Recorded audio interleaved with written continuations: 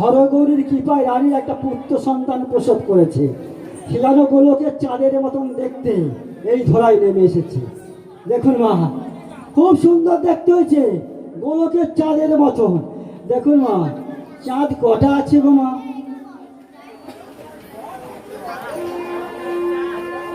হ্যাঁ, আরে চলে বলুন। আমি বলছি দুটো আছে চন্দ্র। একটা বাবা দোস্তবলা দাস একটা গান করেছিল বাবা, বলে চাঁদের গায়ে চাঁদ লেগেছে আমরা ভেবে করবো কি, চাঁদের গায়ে চাঁদ লেগেছে তোমার কি বাবা করেছে? বলো চাঁদের গায়ে চাঁদ লেগেছে আমরা ভেবে করবো। তাহলে চাঁদের গায়ে চাঁদ, কটা চাঁদ? দুটো। হ্যাঁ তো, কেন বলছো বাবা? দেখুন মা, আকাশের চন্দ্র আমার গৌর হরি আর এক চন্দ্র। নদা নবদ্বীপের জলে যখন স্নান করছে না, আমার গৌর হরি সোনার মতন ঝোঁকছে, ওই চন্দ্র পড়েছে যখন তার গায়েতে। গৌর হরি একটা চাঁদ আর আকাশের চন্দ্র একটা চাঁদ, তাহলে দুটো চন্দ্র। তাই তো সে গানটা করে লিখে দিয়ে বলে গেছে, চাঁদের গায়ে চাঁদ লেগেছে আমরা ভেবে করবো কি, তাই না? আর কি লিখেছে? আরো করেছে বাবা, তাই না? 6 মাসের এক কন্যা ছিল, 9 মাসে সে গর্ভ হলো, 11 মাসে 3টি সন্তান আমরা ভেবে করবো কি। এর মানেটা কি হবে? হ্যাঁ, বলে 6 মাসের এক কন্যা ছিল, 9 মাসে সে গর্ভ হলো গো, আর 11 মাসে 3টি সন্তান, 11 মাসে 3টি সন্তান আমরা ভেবে করবো কি, চাঁদের গায়ে চাঁদ লেগেছে আমরা ভেবে করবো কি, চাঁদের গায়ে চাঁদ লেগেছে। তাই তো মা, কি বলছে? 6 মাসের কন্যা 9 মাসে গর্ভ হয়েছে। হয়েছে তো মা? আমার হয়েছে কি গো বাবা? হ্যাঁ, 6 মাসের কন্যা সে 9 মাসে গর্ভ হয়? তাহলে কেন গানটা করেছে? মনে আছে তো? দেখবেন মা, বাবারা যদি কোলা গাছ বসাই দেখেছেন, আসতে একটু কোলা গাছ বসাই দেখেছেন মা? দেখবেন কোলা গাছ যখন বসানো হয় বাবা, 9 মাসে সে গর্ভ হয়ে যায়।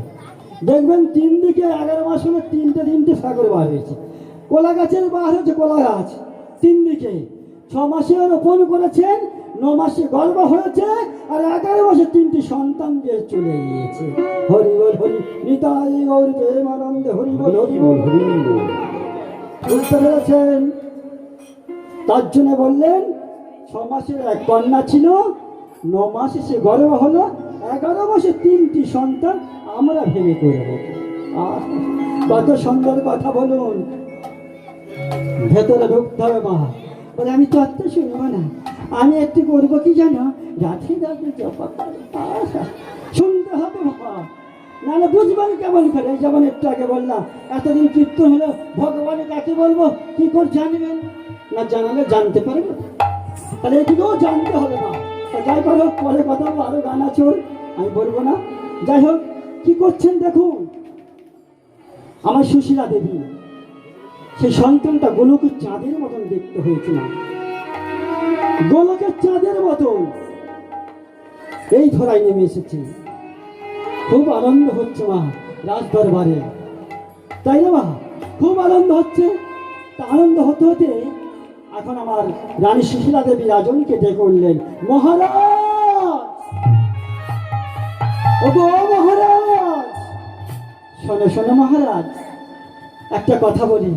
আমার সন্তান তো হয়েছে, তবে সন্তানের নাম গণনা করতে হবে। তো নাম গণনা করতে হলে কাকে আনতে হবে? ওগো বাবা, কাকে আনতে হবে? বলে দেখো, তুমি একটা বিশিষ্ট মণিবরকে নিয়েছো, বিশিষ্ট মণিবরকে এনে আমার সন্তানের নাম গণনা করো, কারণ ওর কুষ্টি বিচার করে দেখতে হবে। তাই মাগো, 6 মাস যখন বয়স হয়েছে, আমার হরিদাসের সমাজ বয়স হয়েছে যখন, তখন কি করছে? তুলসীদাস গোস্বামীকে অনায়ন করেছে। তুলসীদাস গোস্বামীকে অনায়ন করে বলছে, বাবা ঠাকুর, আমার এই সন্তানের তুমি কুষ্টি বিচার করে দেখো আর ওর নাম গণনা করে দেখো। দেখুন মা, 6 মাস বয়সে কি হয়? অন্নপ্রাশন হয় তো মা, যাকে বলা মুখে ভাত। তা সেই সমাজ বয়সে নিয়ে এসে কুষ্টি বিচার করা হয়। দেখবেন ব্রাহ্মণরা করে বাবা, কুষ্টি বিচার করে নাম গণনা করে, করে না?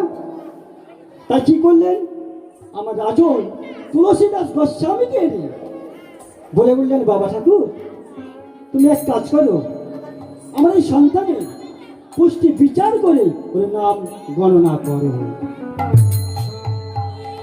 তাই তুলসীদাস গোস্বামী সন্তানের আপাদমস্তক লক্ষ্য করে নাম গণনা করে কুষ্টি বিচার করে বলে বললেন, মহারাজ, শোনো শোনো মহারাজ, তোমার একটা কথা বলি। তোমার সন্তানের প্রথম অক্ষর হলো হ অক্ষর।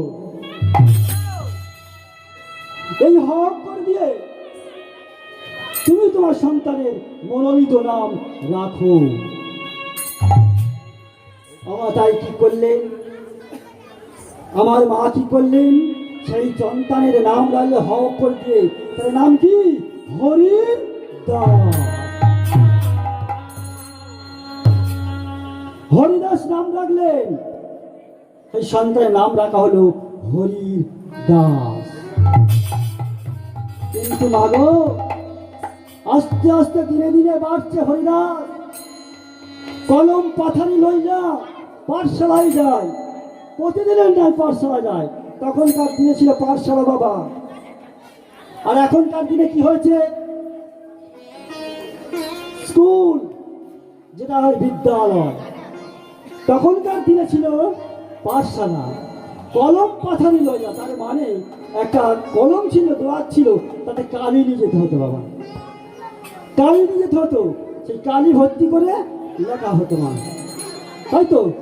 তখনকার দিনে ছিল মা, তাকে বলা কলম পাথারি, তাই না? একটা কলমের মূল্য কিসে? একটা কলমের মূল্য কিসে? ওই কালিতে মা। কালি যদি না থাকে, কলমের কোনো দাম নাই, তাই তো? তা হরিবচন না করলে আপনাদের পূর্ণ লাভ হবে না। তাই হরিনাম শুনতে এসেছেন, ভালো হয়েছে। এই হরিনাম শুনতে শুনতে চলে যাবেন না, তার কারণ তাহলে ব্যাঘাত ঘটবে আপনাদের। আমার কিছু হবে না, কারণ আমি এসেছি কয়েক ঘন্টা থাকার জন্য মা। টাকা গণবার চলে যাও। হরি বল হরি, এটাই গৌর প্রেমানন্দে হরি বল হরি বল। দেখুন মা, হরিদাস আস্তে আস্তে বাড়ছে। কলম পাথারি লয় বিদ্যালয়ে যায়, স্কুলে যায় বাবা, বুঝতে পারছেন? আস্তে আস্তে বাড়তে বাড়তে যখন 5 বছর বয়স হয়েছে মা, 5 বছর বয়স হলে এখনকার দিনে মায়েরা কি করছে? হ্যাঁ মা বলেছে ঠিক। হ্যাঁ, অনেকে মা বলে 5 বছর বয়স হলে তো আমাদের জন্মদিন হবে, বড় বড় জিনিস পাবো। জন্মদিন করে মা 5 বছর বয়সে, কিন্তু না, 5 বছর বয়স সর্বপ্রথম হাতে খড়ি দিতে হয়, তবে সে পাঠশালায় ভর্তি হয়, তাই না? কার কাছে? না, সরস্বতী মাতার কাছে, তাই না? তাই কি করলেন? তাকে হাতে খড়ি দিয়ে পাঠশালায় যাইতে হতো। দিনে দিনে বাড়তে বাড়তে হরিদাস অনেক বড় হয়ে আসছে। এমন সময় মহারাজ কি করছেন দেখুন, রাজ অন্তরপুরে বসে হরিদাসের পুষ্টি বিচারখানে খুলে খুলে দেখছি। খুলে খুলে দেখতে একটু অঝরে কেঁদে উঠছি। দেখি ভগবান, তুমি কি করেছো? আমার সন্তানের পরে বয়সে 12 বছর 10 বছর দিব্যরে বজ্রপাত। প্রভু, তুমি কি করলে? ভগবানকে কাঁদতে কাঁদতে ডেকে উঠলেন, ভগবান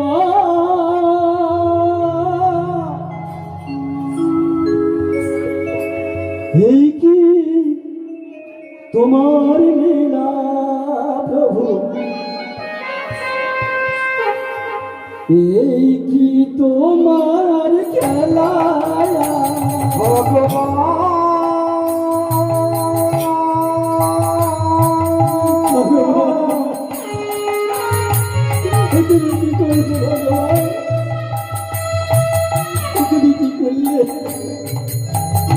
এই কি তোমার লীলা প্রভু, এই কি তোমার খেলা ভগবান।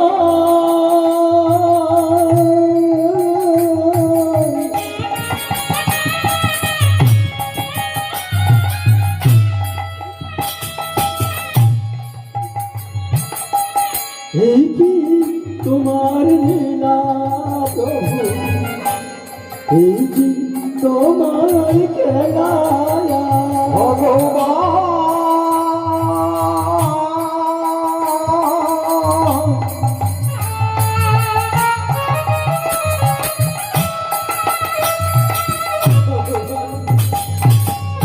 এই তুমি কি করলে? এই কি তোমার লীলা প্রভু,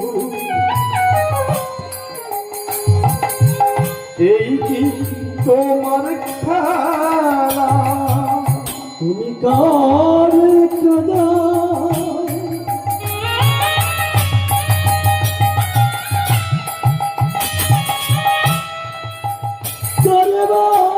করবাসা,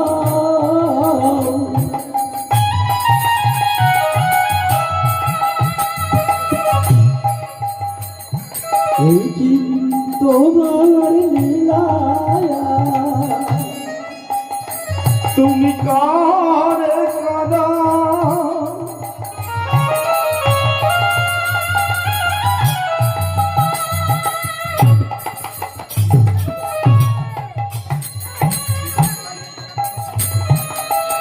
করে হাসা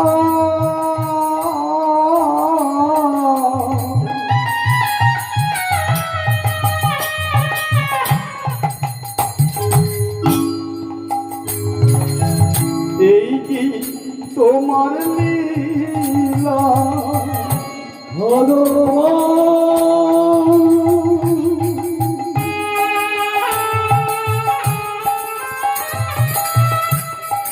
দয়া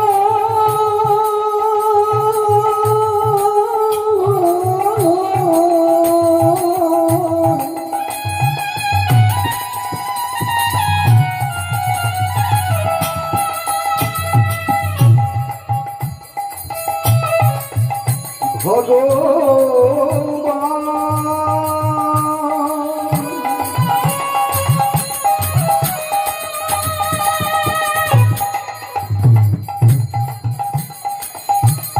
দয়া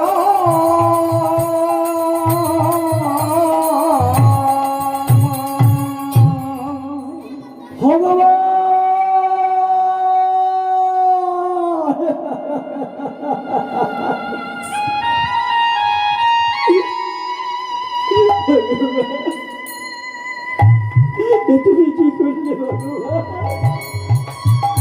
সন্তানে তুমি আমায় দিয়ে আমার কেঁদে কেঁদে কেন প্রভু, কেন তুমি সন্তান হয়ে দিলে বলতে পারো ভগবান?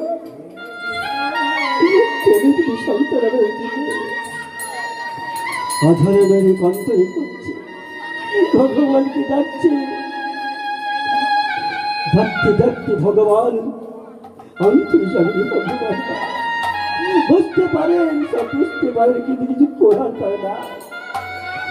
চিরক্ষণ হয়ে গেছে বাবা, যে কত বাক্যবার হয়ে গেছে তাকে পূরণ করতে গেলে অনেক সময় লাগবে বাবা। বছরের আমি কাঁদছি কন্দন করে করি, আর পাতা খালি উল্টে পড়ছে। এমন সময় হরিদাস পাঠশালা থেকে বাড়ি আসছে, এসে দেখলেন রাজন্তকে বাবা কন্ধন করছে, বলে উঠলেন, পিতা! এ কি? তোমার চোখে জল কেন বাবা? বলো না বাবা, চোখে জল কেন? যখন এমন করে বলে উঠেছে আমার হরিদাস, তৎক্ষণাৎ হরিদাসকে পক্ষের বাদে চোরাই ধরলেন। চোরাই ধরি হরিদাসকে চম্বনের উপর চম্বন দিচ্ছে, আমি কষ্টই করছি, মনে মনে অনেক কাঁদছে। আমি ভগবানকে শুনে বলছি এক কথা, কেন তুমি আমার সন্তান দিয়েছ? কেন তুমি দিয়েছ? যদি তুমি কেড়ে নেবে, কেন তুমি দিলে? অঝরে মনে কন্দন করছে, আর চোখের জলটা হরিদাসের অঙ্গের মধ্যে পড়ছে। যখন অঙ্গের মধ্যে পড়ছে বাবা, হরিদাস আবার বলে বললেন, পিতা তুমি আবার কন্দন করছো, তোমার চোখের জল আমার অঙ্গের মধ্যে পড়ে যাচ্ছে। যখনই বলল তখন আমার রাজন বলে বললেন, কই বাবা, আমি তো কাঁদি না, কোথায় আমি কন্দন করছি? যা বাবা যা, তুই তোর মায়ের কাছে চলে যা। হরিদাসকে পাঠিয়ে দিলেন তার মায়ের কাছে। বাবা, ওগো মা, মায়ের কাছে যেতে যাচ্ছি। মাকে ডেকে উঠলেন, মা! ওগো মা, মা গো, দেখো দেখো, আমার পিতা নাই, আমাকে ছেড়ে কত কন্দন করেছে, কন্দন করে চোখের জল আমার অঙ্গের মধ্যে ভেজেছে। যখন হরিদাস এমন করে বলে বলল, আমার মা বলে উঠলেন, কি হরিদাস, তুই অঙ্গের মধ্যে চোখের জল পেয়েছিস? রাজন, রাজা কি জানে না সন্তানের অঙ্গে চোখের জল পড়লে সন্তানের অমঙ্গল হয়, অকল্যাণ হয়? আসুক আজকে রাজমন্ত্রপুর থেকে, আমরা জিজ্ঞাসা করবো, কেন সন্তানের চোখে জল আপনি ফেলেছেন অঙ্গের মধ্যে? ওগমা দেখুন,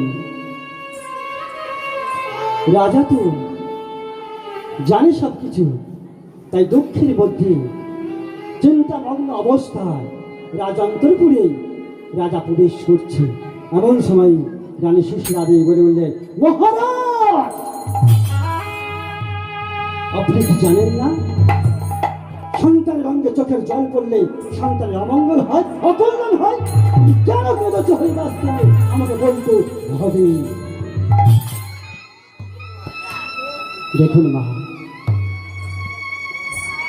মহাদেবী শঙ্করের বারণ আছে, নারী জাতি কমলতার প্রাণ আঘাত সহ্য করতে পারে না। তোমাকে জানিও না, কিন্তু পয়সা পেল না। রাজা উপায় পেল না, বারবার জিজ্ঞাসা করছে, কেন কেন সময় বলতে হবে, কেন কেন সময় বলতে হবে, কেন কেন সময় বলতে হবে। যখন বারবার বলছে, রানী সুশীলা দেবী বারবার যখন বলছে, তখন রাজনী বলে বললেন, শোনো তুমি শুনবে, তবে তুমি শোনো, ভোলানাথের বারণ ছিল এতদিন তোমায় আমি বলি না, কিন্তু আমি থাকতে পারছি না, তোমাকে ভাই বলতে হবে। তবে শোনো রাজু, রানী সুশীলা দেবী, তুমি শোনো, তোমার এই সন্তানের পরমায়ু কত জানো? এবার মতো 10 বছর যুক্ত হবে বজ্রপাত।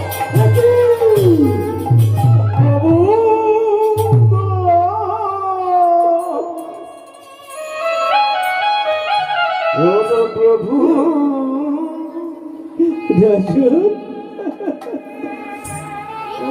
তুমি কি বললে? তুমি কি বললে? তুমি তোমার কথা ফিরিয়ে নাও, তুমি তোমার কথা ফিরিয়ে নাও।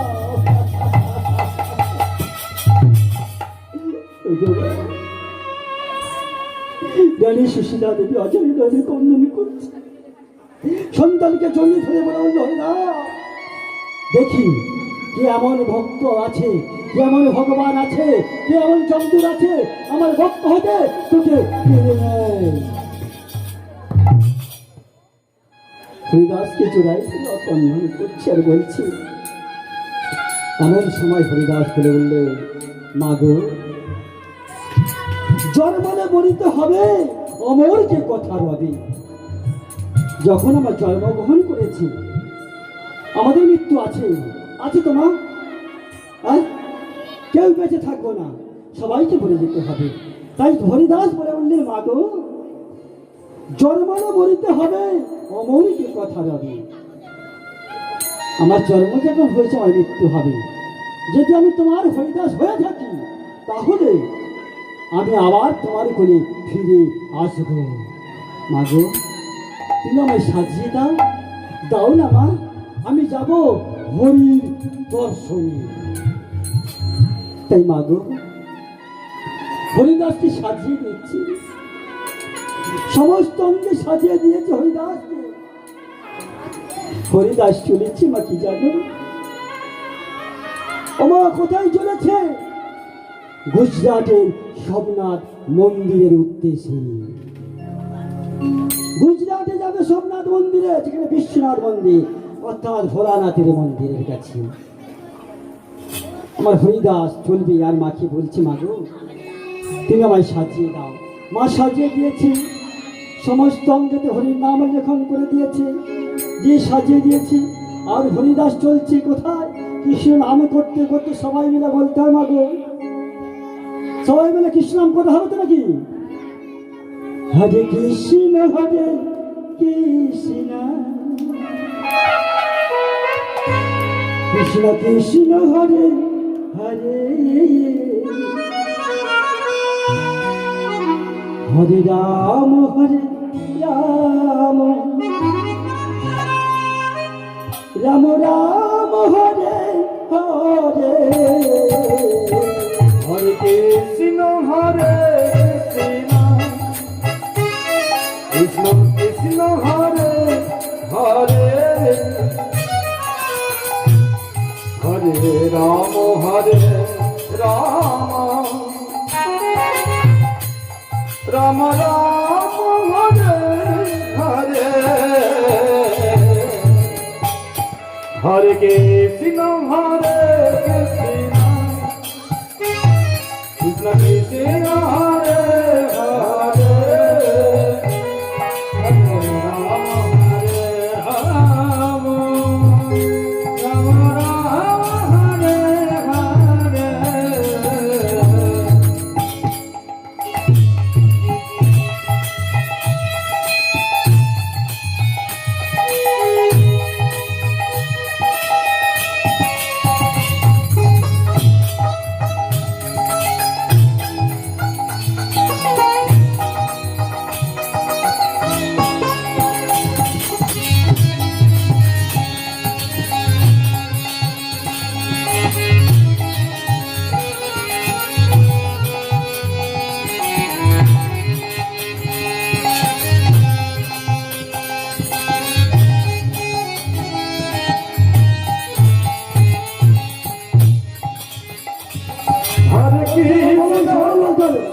হরে, কৃষ্ণ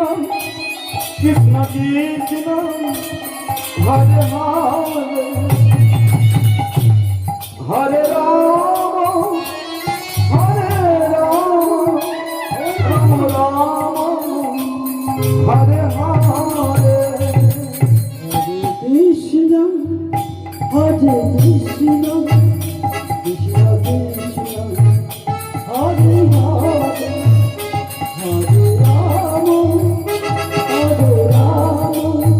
রাম রাম হরে হরে, হরে কৃষ্ণ হরে কৃষ্ণ, কৃষ্ণ কৃষ্ণ হরে হরে, হরে রাম রাম, রাম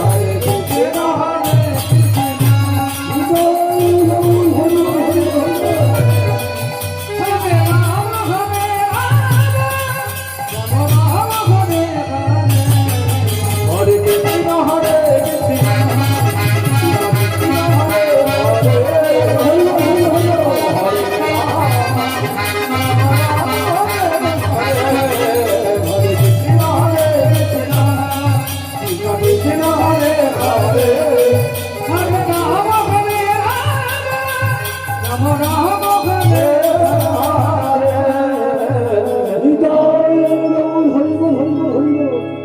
ভগবান হরিদাস যাবে কোথায়? সোমনাথ মন্দির কোথায়? গুজরাট। সেখানে যাবে হরিদাস। মাকে সাজিয়ে দিতে বলেছে মা। সমস্ত অঙ্গে লেপন করে আছে হরে কৃষ্ণ নাম। বুঝেছেন? তা দেখুন যখন হরিদাস যাচ্ছে সর্বপ্রথম কোথায় প্রণাম করছে? ভগবান সর্বপ্রথম প্রণাম করলেন তার পিতাকে, রাজনকে। তিনি হলেন সুবোধ রাজা, অবন্তী নগরের রাজন। পিতাকে প্রণাম করছে। পিতা সরেগা পিতা ধর্ম পিতারি পরম তপ এই তরি না ধর্ম নিরঞ্জ সর্বদেবতা। ভগবান প্রণামের মন্ত্র আছে গো মা। পিতাকে শুধু প্রণাম করলে হবে না। ও মা আবার এখন আছে না? আছে গো মন্দির দেখতে পারি। প্রণাম করবেন নরম করে, তাকে অপমান করা হয়। প্রণাম যদি নাও করতে পারেন তাহলে মাথাটাকে নুয়ে দেবেন, তাহলে প্রণাম হয়ে যাবে বাবা। তা দেখুন পিতাকে প্রণাম করলেন হরিদাস, তারপরে প্রণাম করছে কাকে? মাকে প্রণাম করলেন। মাকে প্রণাম করার মন্ত্র আছে মা। কি বলছেন? জননী জন্মভূমিষ্ঠ সর্বদাপি গণীয়সি জননী জন্মভূমিষ্ঠ সর্বদাপি গণীয়সি জননী জন্মভূমিষ্ঠ সর্বদাপি গণীয়সি। মাকে প্রণাম করলেন। মাকে প্রণাম করার পরে তুলসী গাছের গোড়ায় গেলেন মা। তুলসীকে প্রণাম করলেন যিনি বৃন্দা দেবী। তুলসীকে প্রণাম করছেন। বৃন্দায় তুলসী দেব প্রিয়া কেশবস্য কৃষ্ণ ভক্তি পদে দেবী সত্যবতী নম নম। বৃন্দাদেবীকে প্রণাম করলেন। যখন বৃন্দাদেবী প্রণাম করে মা চললেন কোথায়? গুজরাট সোমনাথ মন্দিরের উদ্দেশ্যে। বাইরে যখন হয়ে যাচ্ছে রানী সুশীলা দেবী ডেকে উঠলেন, খোকা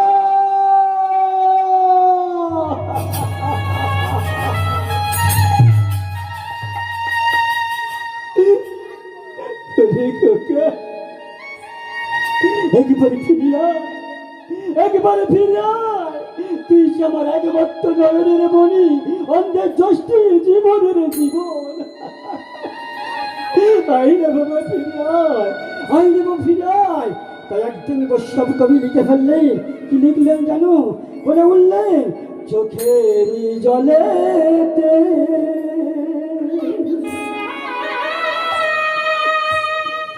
কাঁদেছে ওগো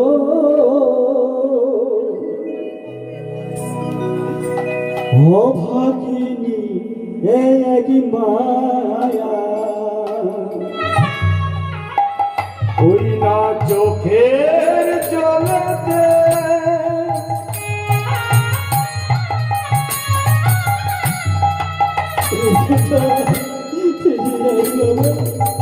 কাঁদিছে ওগো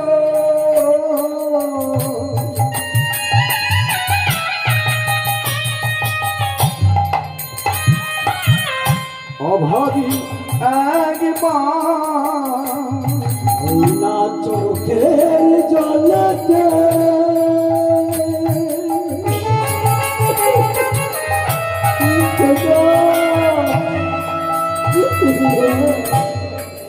কাঁদিছে ওগো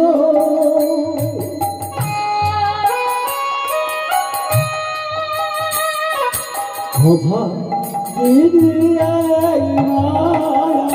ওই না চোখের জলেতে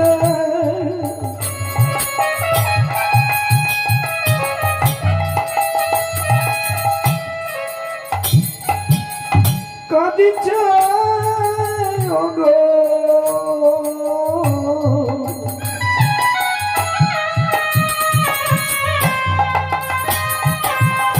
অভাগী এক মা। খোকা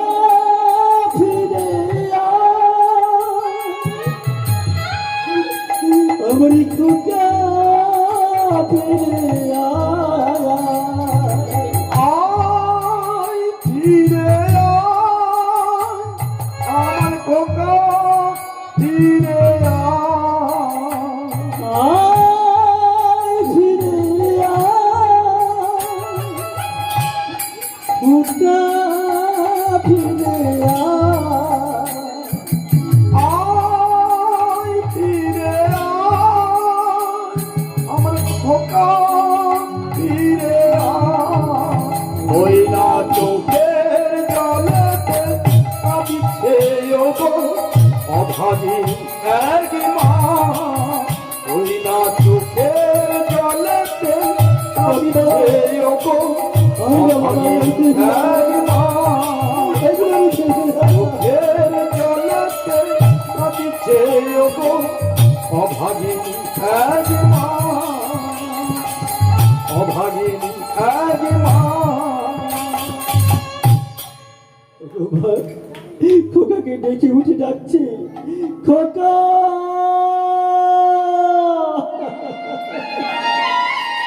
একবার ফিরে আই বাবা, একবার মা বলে ডেকে আই না বাবা, একেবারে মা বলে ডাকে না, একবারে ফিরে আই না, একবারে ফিরে আই না।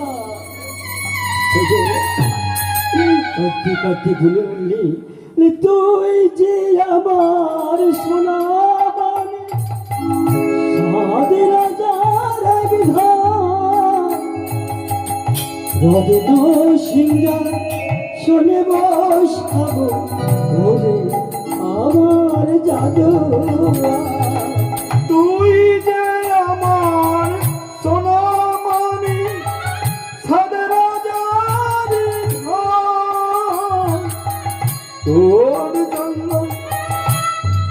বসাবো ওরে আমার না চোখের জলেতে হাসিছে নদী ওই না চোখের জলেতে কাঁদিছে ওগো অভাগী এক মা ওই না চোখের জলেতে কাঁদিছে ওগো অভাগী এক মা অচরি রয়ে কন্দন করতে করতে খোয়াকে ডেকে উঠছে, হরিদাস একেবারে তুই ফিরে আই বাবা, একেবারে তুই ফিরে আয়। মা বলে ডাক, তুই যে একমাত্র নয়নের মতি, অন্ধের ষষ্ঠী জীবনের জীবন, একেবারে মা বলে ডেকে আয়।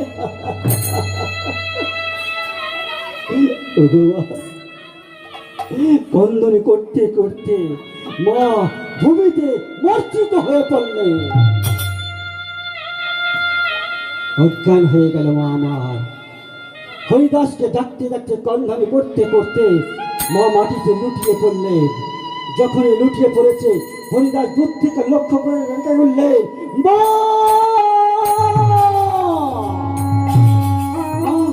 মা গো, এ কি, এই তোমার কি হলো মা?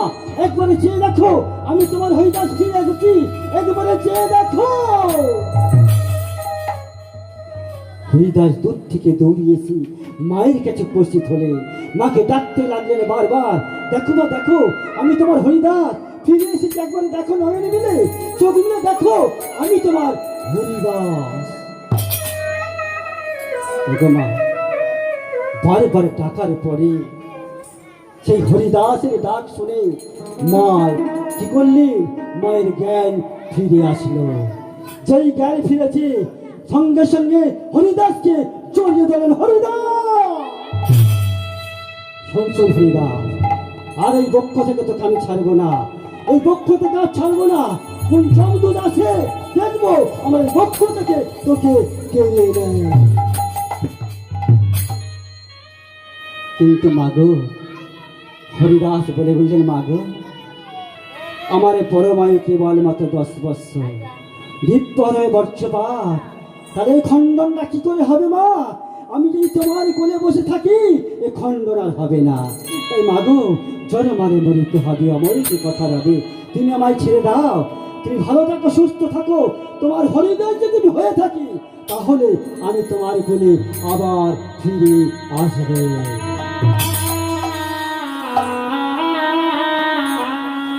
তাই মাকে সান্ত্বনা দিয়ে, মাকে রেখে দিয়ে হরিদাস চলে গেলেন গুজরাটে সোমনাথ মন্দিরে। সোমনাথ মন্দিরে চলে গেছে মা। সোমনাথ মন্দিরে গিয়ে কি করবে? আরাধনা করতে হবে। তার আমার ভগবানের আরাধনা করতে হবে, গোবিন্দের আরাধনা করতে হবে, এই জগন্নাথের আরাধনা করতে হবে, বলদেবের আরাধনা করতে হবে। মা, তাই দেখুন মা, আমার বিশ্বনাথ মন্দিরে বসে হরিদাস যখন জপন করছে, কিন্তু জপন করলে কি হবে? তার তো দীক্ষা হয় না, আর দীক্ষা যদি না হয় জপনের ফলও হবে না, তাহলে গোবিন্দ উপস্থিত হবে না। তাই কি করলেন? আমার গোবিন্দ বুঝতে পারলেন আমার ভক্ত আমায় ডাকতে এসেছে, তাহলে আমার ভক্তর কাছে যেতে হবে। তা কেমন করে যাব? কারণ তার দীক্ষা হয় না। তাই কি করলেন? নারদ মুনিকে ডেকে উঠলেন আমার ভগবান। নারদ, শোনো শোনো নারদ, তুমি এক কাজ করো, ওই যে ভক্ত বসে আছে আমার হরিদাস, আমাকে ডাকছে বারবার, তুমি এক কাজ করো, ওকে তুমি দীক্ষা দিয়েছ। তাই কি করলেন? সাধু বেশ ধারণ করে আবার সেই ভক্ত, সেই আবার নারদ মুনি কি করলেন? গুরু রূপে উপস্থিত হলো, এবং সেই আশ্রমে থাকতো ত্রিজটামণি আর অঙ্গিরামণি, তারা উপস্থিত হলো সেখানে। উপস্থিত হয়ে দেখতে পেলেন নারদ মুনি এসেছে। তাই নারদ মুনি কি করলেন? তাকে দীক্ষা দিলেন, হরিদাসকে দীক্ষা দিলেন, গুরুমন্ত্র জপন করতে বললেন, আর বলে বললেন, ওরে হরিদাস, আজ থেকে তুই হরিবাসরে হরিবাসর সাজাবি। হরিবাসর সাজাতে গেলে কি কি লাগবে সে সমস্ত ঘটনা এই মন বৈষ্ণবরা দিয়ে দেবে, যারা ত্রিজটামণি আর অঙ্গিরামণি। মা, হরিবাস সাজাতে গেলে অনেক কিছু সময় লাগে। মা, দেখবেন সর্বপ্রথম আনতে হবে আপনাদের কি জানো? আমার হরিবাসক তৈরি করতে গেলে সর্বপ্রথম আনতে হবে রাধা গোবিন্দ, আনতে হবে তো। আর কি আনতে হবে? বাবা, গৌর সুন্দর, নিত্যানন্দ মহাপ্রভু কোথায় যাবে? যার জন্য হরিনাম, তাকে অবশ্যই আনতে হবে, তাই না? নাহলে হরিনাম হবে না। মা, তাই কি করছে দেখুন, পদকর্তা লিখছে, বলে নাচে রে গো রাঙ্গ আমার শিবাস অঙ্গনে, তারি মাঝে নাচে দেখো যত ভক্ত বারে। নাচে রে গো রাঙ্গ আমার শিব অঙ্গনে, তারি মাঝে নাচে দেখো যত ভক্ত নাচে রে গো রাঙ্গ অঙ্গনে, তারি মাঝে নাচে দেখো যত ভক্ত বারে। নাচে রে গো রাঙ্গ আমার শিব অঙ্গনে, তারি মাঝে নাচে দেখো যত ভক্ত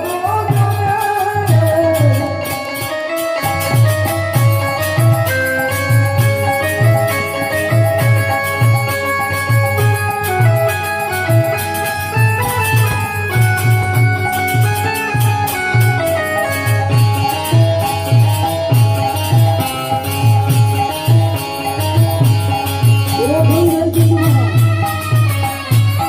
এরা ভুল কথা সংকট হয়েছে।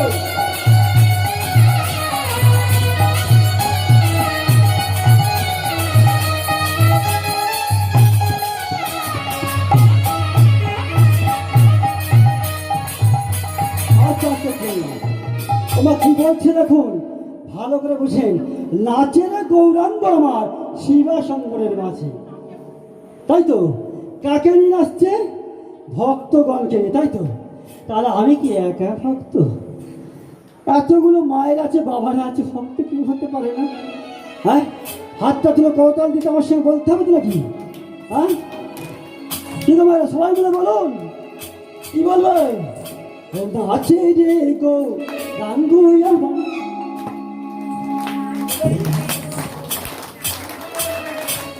নাচে রে গো রাঙ্গ আমার শিব অঙ্গনে, তারি মাঝে নাচে দেখো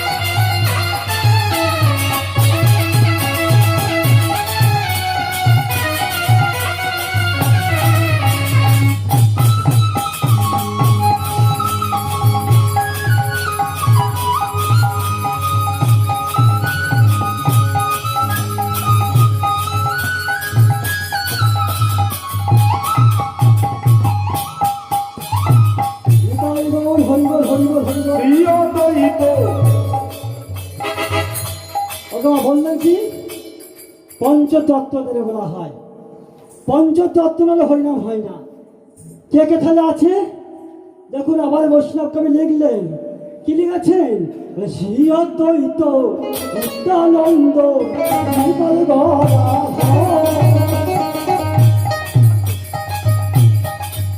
কজন হয়েছে গো মা? কজন? চারজন। কি বললেন? শ্রী অদ্বৈত নিত্যানন্দ শ্রীবাস গদাধর। আর কে বাকি রইল? গৌর সুন্দর। কি বলছেন? বলে শ্রী অদ্বৈত নিত্যানন্দ শ্রীবাস গদাধর, তাজি মাঝি নাচে দেখো গৌরাঙ্গ সুন্দর।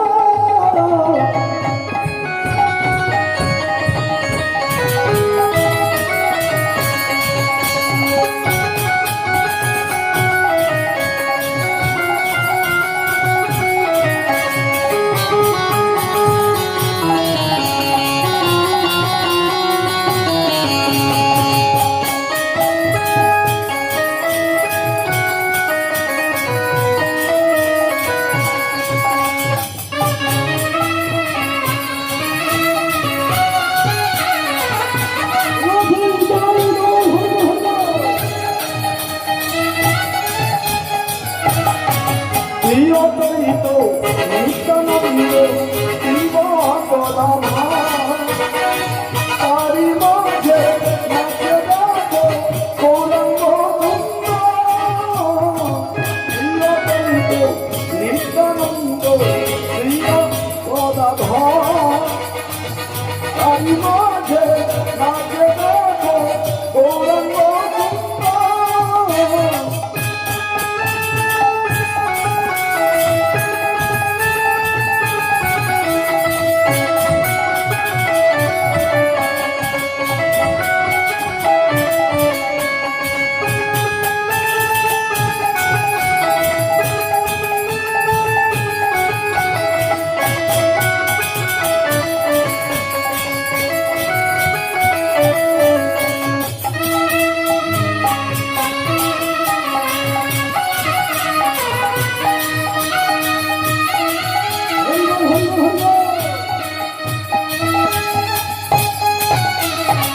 নাচে রে গো রাঙ্গয়মান বিবাদয়মান,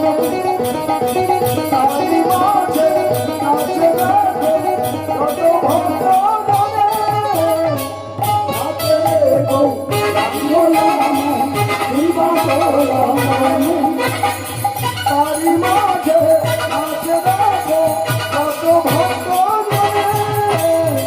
নাচে রে গো রাঙ্গয়মান বিবাদয়মান, তারি মাঝে নাচে দেখো কত ভক্ত মনে। নাচে রে গো রাঙ্গয়মান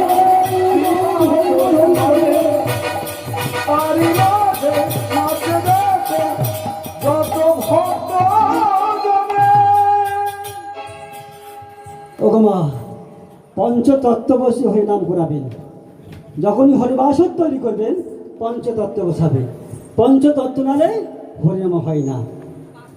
কারণ শ্রী অদ্বৈত নিত্যানন্দ শ্রীবাস আর গদাধর হচ্ছে সর্বশ্রেষ্ঠ, তারা ব্রাহ্মণ বৈষ্ণব, তাদের নিয়ে ভগবান থাকেন।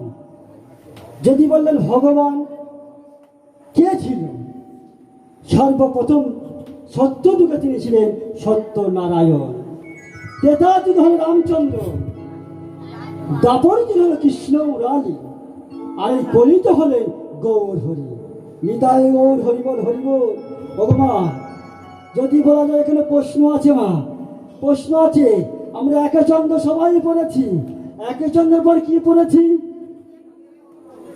মায়েরা ঠিকই জানে, দুয়ে পক্ষ, এটা ঠিক মনে রেখেছি। তো যখন দুয়ে পক্ষ পড়েছি, যুগের ক্ষেত্রে কি দেখা দিল? বলে বললো সত্য ত্রেতা দাপর কলি। কেন তিন ঢুকে গেল কেন? প্রশ্ন হয় না মা?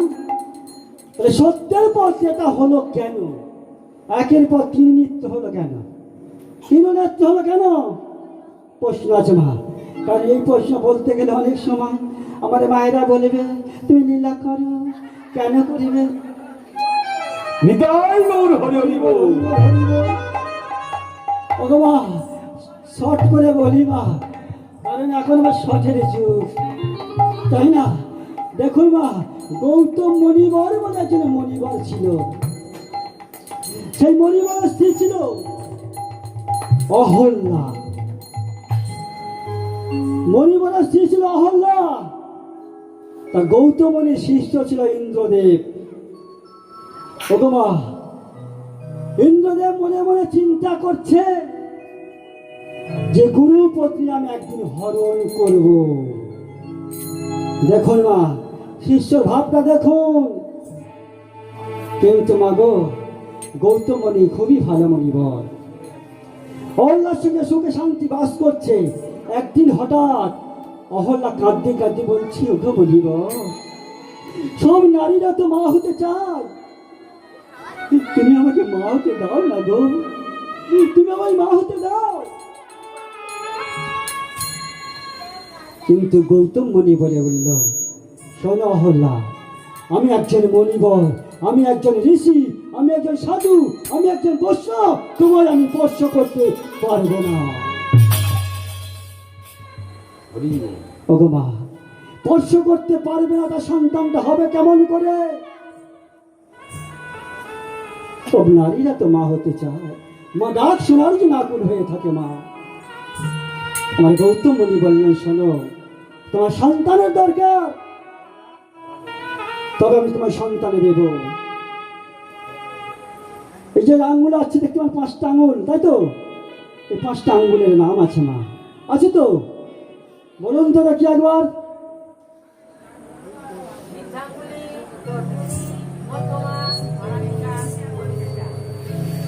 ও একটু জোরে বলুন, কারণ সবাই শুনতে পায় না।